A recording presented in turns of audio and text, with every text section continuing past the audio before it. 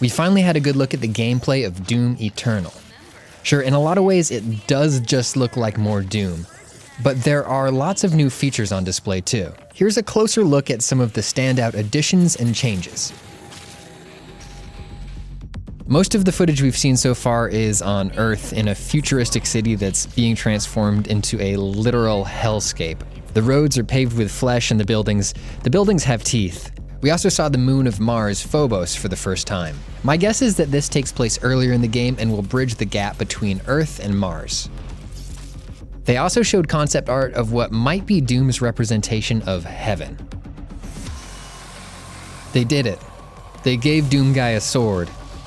The sword is the Crucible from 2016's Doom, which we see Samuel Hayden fully activate for the first time at the very end of the game. Maybe it's used for specific moments, or maybe it's this game's equivalent of the BFG. As long as you're using it to decapitate demons, that's all that really matters. Doom Eternal is going to be adding a lot of new mobility options. The first one they showed off is this underslung grappling hook on the super shotgun that grapples the player directly over to enemies, whether they're on the ground or airborne. We also saw a high-speed dash ability that works both on the ground and in the air after double jumps.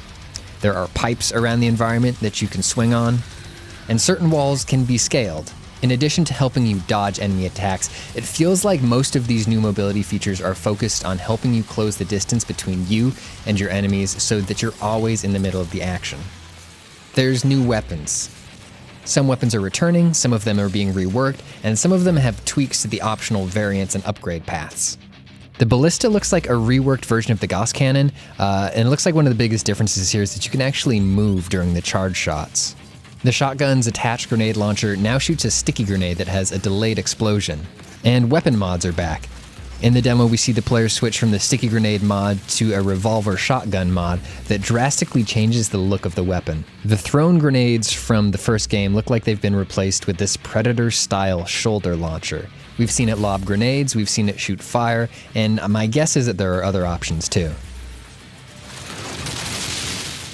These guts are brand new. Doom had amazingly gross death animations, but they've added a battle damage system that shows enemies falling apart as you do damage to them. Previous games' enemies didn't show damage until they died. Doom's demons can soak up a lot of bullets, so in a big chaotic battle, being able to read enemy damage visually could help you make better decisions. There's new multiplayer. Other players can now show up in your game as demons. Playing as demons in Doom's multiplayer was a fun idea, wrapped up in a much less compelling traditional multiplayer setting. Transplanting this fun feature from Doom's multiplayer to Doom Eternal's single player is a clever way of letting more people experience this feature that didn't really get the attention it deserved. Doom Eternal looks promising. Will it live up to Polygon's 2016 Game of the Year Doom? It doesn't really have to. It'll be its own fun, weird, gross, interesting thing. Now enjoy this footage of a Cacodemon eating a grenade.